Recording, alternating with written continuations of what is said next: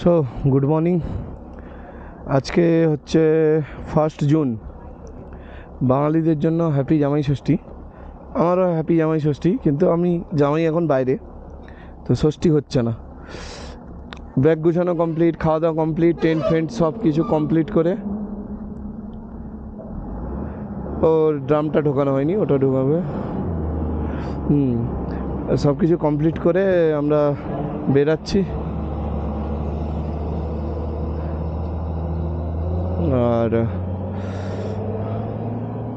সুন্দর জায়গায় ছিলাম, সব কিছু ফেসিলিটিস অ্যাভেলেবেল, কিন্তু একটাই জিনিস, দুটো ডিম সিদ্ধ ভাই 100 টাকা দাম, দুটো আলু পরোটা 140 টাকা, কিন্তু দুটো ডিম সিদ্ধ 100 টাকা দাম। সো এটা তো হয় পাহাড়ে এলে, তোমরা জানো সবাই খাবারের রেট ফেট কেমন থাকে। সো এই হচ্ছে আমার চারপাশের ভিউ। চল এখান থেকে বেরাই।